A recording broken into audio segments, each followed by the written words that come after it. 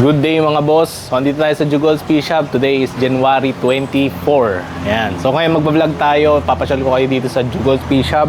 Ano ba yung mga na-miss nyo? Maraming nangyari. First week kasi nung taon, kasakit ako. Hindi ako nakagalaw talaga dito. Kasi talagang isang linggo akong talagang nakahiga lang. And ngayon, nakabawi na tayo. Ayos na tayo pagpapakain ng mga isda. All the way BBS tayo na pakain sa lahat ng mga fry. Tapos pati sa mga adult BBS din at saka gel food. Ayun, so mamaya punta tayo sa mga products, papakita ko sa inyo. Then ngayon, bilis lang, na-run through lang tayo ng mga kung ano yung mga laman ng mga tanks natin ngayon dito sa Jugols. Tsaka kung ano yung mga abangan nyo. Kasi meron na tayong fry ng lahat ng strains na meron tayo nung last quarter ng December. So ayun, napanak na natin lahat yon. So marami tayong ilalabas ngayon na mga bandang March. Ayun, mga bandang Feb at saka katapusan ng Feb or March. Abangan nyo yan. Simulan na natin. So ito guys, yung ating mga breeders ng Lyre-tail na Golden Zebra. Ayan, o Rambo. Gulo na ng naming natin eh. Kasi yung Rambo. Ayan. So ito sila. Hindi ko pa nilalagyan ng male. Ayan. So dalawang klase ito. Yung isa, short body. Ito. Tapos ito naman, medyo long body. Hindi ko pa nalinis tong tank. Pero ito, veil-tail naman na marble. Ayan, female to. Ginugroom ko pa for breeding. Gino-condition ko lang. Tapos may mga kasama siyang maganda na yung body. Ito, mukhang koi. Ayan, and sa susunod ko na pakita sa inyo. Then ito, GZ natin, mga adult. Ayan, pupipili ako dito ng mga breeder. Ito naman, mga GBT. And then meron ako ditong, parang, ang tawag nila dito flamingo o kaya zebra. Ayan, medyo nag-fade lang yung kulay niya. Pero bubuhayin natin niya kasi nag-ano na tayo, nag-feed tayo ng BBS. Ito naman, mga fry. Ito mga fry na to, dapat ito halo-halo ng mga anak nito. Ayan, meron tayo ditong cheetah at saka GZ. Ayan, ito yung tatay nila, shooter lang. Ayan, tapos ito sakura na caramel. Ayan, so ito yung mga breeders nito, naganak nito. Yung itim, alam ko galing dito yan, pinitas ko lang. Yung kasing, hindi ko alam ko yung marble yung nanganak o kaya yung long body na redhead. Ayan, may redhead doon na long body eh. Ayan, so ito yung mga laman dito, ito yung mga magaganda dito. Kasi ito meron ako dito yung cheetah. Konti lang din wrap nito. Tapos kinrosan ko siya nung galing sa bidding. Ito, yung cheetah na to, na male. Ayan, magkaiba sila ng color, pero same pattern, cheetah pattern. Medyo nakawala nga yung black spots nito ngayon. Ayan, kaka-BBS natin. And then, ano pa? Ito, mga trico mga boss. Ito yung mga trico, inipon ko na lang dito. Yung mga gusto pa ng trico, more on black and white pattern, tapos may gold naman yan.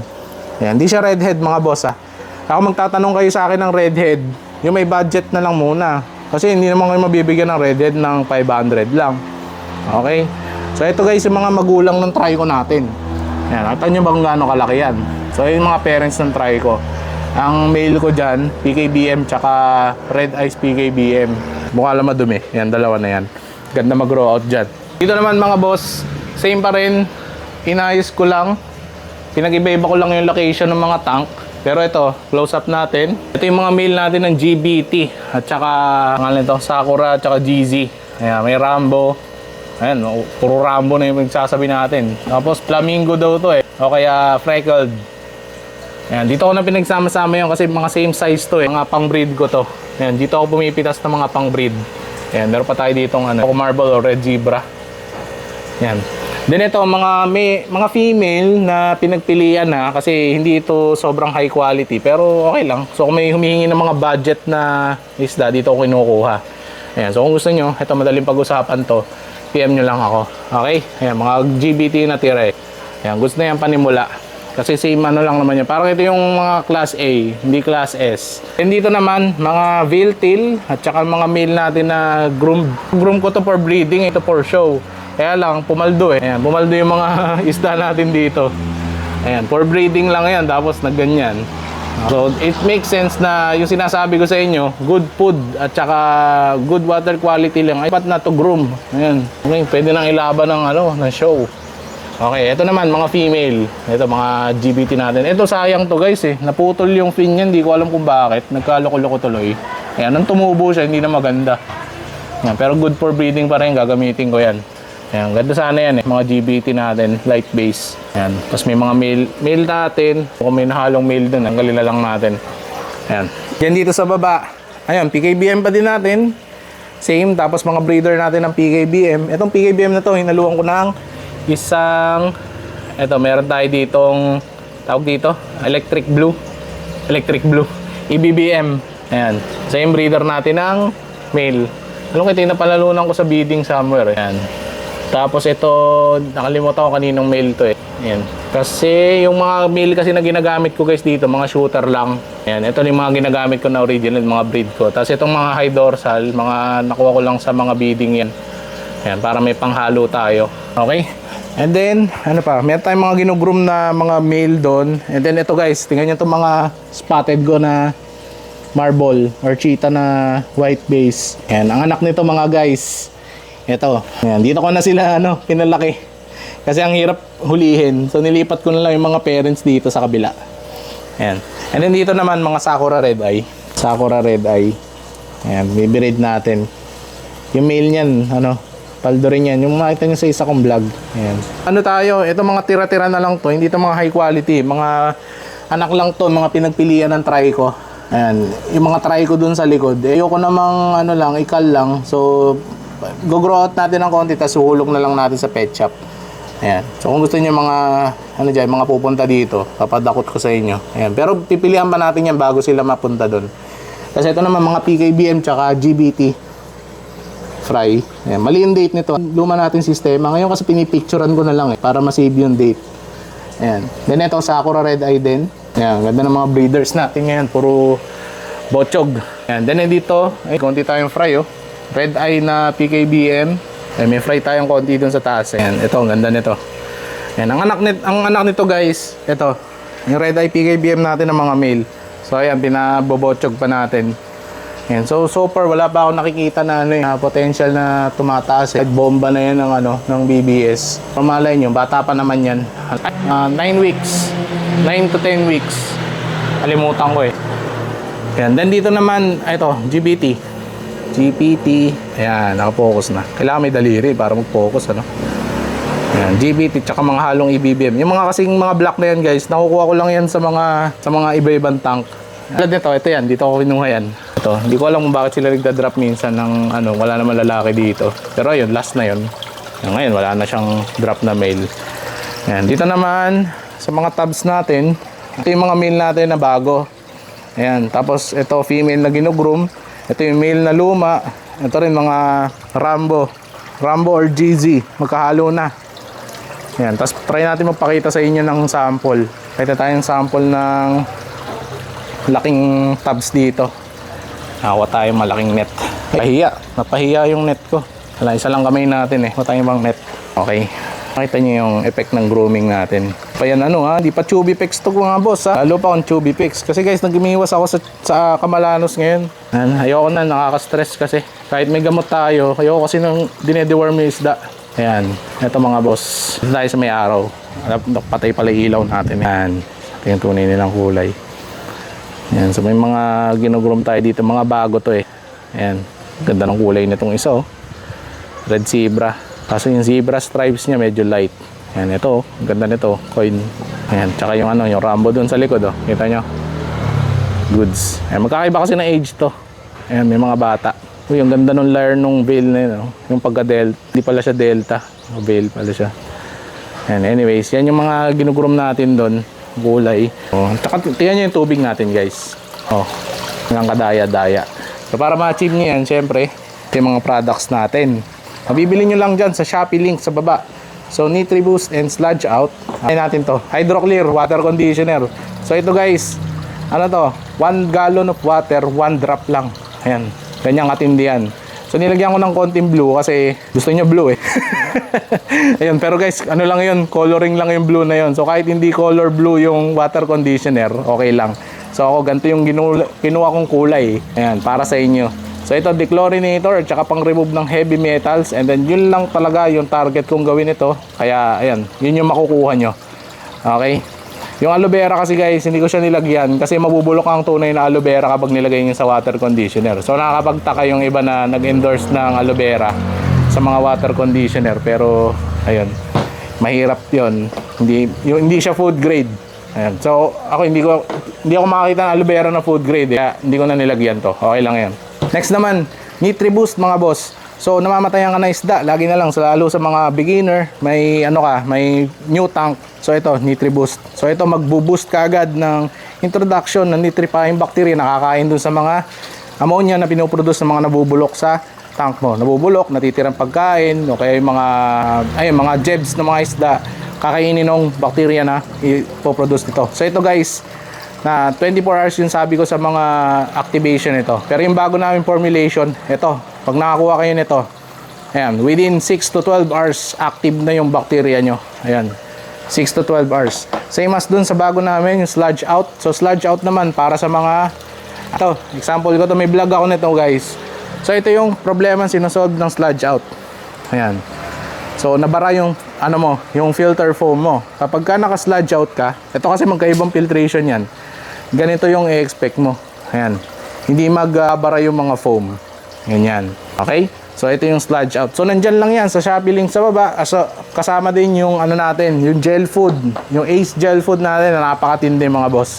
So ito yung mga ginagamit natin product. Hindi ko makuha eh. Yan. Ito yung mga ginagamit natin product guys para ma-achieve yung ganyang kalilinaw ng mga filter. Yan. Ganyan yung tubig natin. Ito guys, di ako nagsasipon dito. Ayan. Di ako nagsasipon dyan. Yan yung sludge na yan. Iwanan ko lang dyan kasi mawawala na yan soon. Ayan. Ganun lang. Ayan. Sludge out tsaka NitriBoost. Nandyan lang sa comment section yung Shopee namin. Meron din kami dun sa Black App sa TokTik. TokTikTok. Ayan. And then dito continue natin sa sa tour. So ito guys, mga Red Eye PKBM. Ito halo to eh. Mas bata. Iba hindi ko pa na gender. Pinaghalo ko. Then ito, pinagpipilian natin. Ito mga isda na to. Ayan. Mga to, class A lang. Ayan. And then ito, Sakura, Black Eye. Ayan. May goods din dito na mail eh. Ayan. May bumibili nito, hindi ko binenta. Ayan. Pag on-site, bebenta ko yan sa inyo. Ayan. Then lastly, mga fry. Ayan. Mga 1-month-old fry. Ito, na panganak to nung December katapusan. So ngayon, 1 month na sila. Mga around ganun. Ano na ba ngayon? January. Ayan. Halos 1 month na.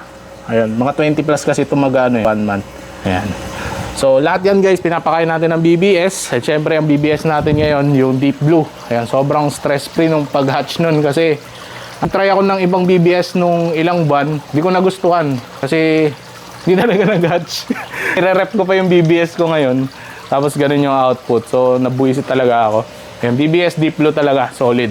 Ayan, then, ayan, BBS lahat. So, tingnan natin gaano katagal ko maubos yung lata. So, dumating yun ng around second week ng January, ayun, second week yun. Hindi siya first week kasi nagkasakit nga ako ng first week. Ayun, then hanggang ngayon, yun ang pinapakain natin dito. Tapos halo ng gel food, ayun, para may fiber. Ayun, okay. Pasyal naman tayo dun sa packaging area natin, papakita ko sa inyo. Ayun, dito na tayo sa packaging area. Meron tayong bagong lamesa at saka yun. Nakita kayo sa TikTok kung gusto niyo nito. Ayun, meron tayong link dyan. Tapos makakuha tayo ng discount or magiging free kasi yan kapag bumili kayo dun sa link ko. Kaya bumili na kayo dun. Andun sa TikTok showcase ko. Okay? And then dito natin papak yung mga natin product. Ito mga bagong pack to eh. Ayan. NitriBoost mga boss. Ayan. NitriBoost na ibang size. Then sludge out natin. Ito. Ayan. Sludge out. Tapos astaxanthin na iba-ibang size. Guys, yung astaxanthin namin, hindi ko na re-repack kasi yun lang naman talaga yan. So, high quality, premium grade astaxanthin. Ayan, kapag bumili ka nito, sisend ko sa inyo kung paano to gamitin properly. Tsaka paano kayo hindi maloloko. Okay? Then, abangan nyo yung content ko dun sa astaxanthin. And ayan, so dito, lahati nitong lugar na to, gagawin nating packaging area. So, ayan na yun, ayusin na lang kasi ang dami pa nating kalat dun. Tapos dito naman, mag-i-ista tayo, lilipat natin yung andoon na tent, lilipat natin dito. Ayan, para isang lakaran na lang kasi yung layo na nilalakad ko eh. Yung natin guys, Deep Blue na hatchery. Ayan, nasa loob yung lata eh. Yung mga lata ko ng BBS. Ayan, pero dito tayo nag-hatch ngayon. Maglalabas pa tayo ng isa. Naklas ko kasi isa pang hatchery. Ayan, so isa-set up pa natin na isa para tuloy-tuloy for the whole day. So sa isang araw, ito ngayon 5 to eh. Pati yung nagagamit natin. Kasi umiikot na yan. Ayan, tuloy-tuloy. So parang ang pang-umaga ko ito. So ito napakain ko na kanina, susunod naman ito. Tapos hanggang dito yung mako-consume natin sa isang araw. Tapos ito naman bukas na umaga. Ayun, ganun lang, umiikot na lang. Dati may listahan pa tayo, ngayon wala na. Kasi dire-diretso na lang. Ayan, umiikot. So pakita ko sa inyo sa mga shorts natin kung gaano ka solid yung yung hatch rate nito, tapos kung paano nyo mabibili. Ayan, kung saan kayo makakabili. Ito din pala guys, yung mga tab natin dito. Ito yung dark choco, in-harvest natin, nilabas natin. Then ito yung mga class A na Trico, yung mga halo-halo lang. Ako na lang ginraw out. Then dito may mga lemonade tayo, isang batch to.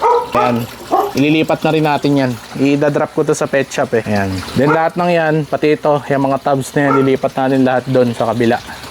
Para isang lakaran lang, nakakapagod maglilipat eh. Ayan, lilipat natin lahat dyan. Dito yung tent, tapos dito yung daan natin na second, then doon yung packaging area. So yun lang mga boss. So yun yung tour natin. Uncut itong video na to. Maraming salamat kung nakaabot ka dito sa part na to.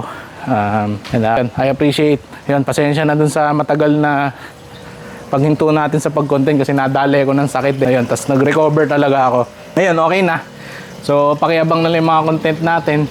And maraming salamat sa panonood. Don't forget to like and subscribe. And abangan nyo yung mga sunod natin na informative video. This is yung January update natin. Maraming salamat sa panonood and keep safe. Siyempre hindi natin makakalimutan guys yung shoutout natin. So ayan, simulan na natin at marami-rami tayo dito. So appreciate ko sa kayo lahat guys sa pag-comment nyo, sa mga tanong nyo. Ayun, maraming salamat. Natutuwa ako kapag may mga pag binuksan ko yung community natin, may mga sinasagot akong tanong kasi yun nakaka-relax sa sagutin. Okay, tsaka nakakabibigyan nyo ako ng mga content ideas. Kaya comment lang kayo kung may mga tanong kayo. Try natin lahat reply niyan. Hanggat liit pa tayo. Siyempre kapag malaki na, may hirapan tayo mag-reply. Pero hanggat kaya ako mag-reply, replyan ko kayong lahat. Tsaka isa-shoutout. Okay?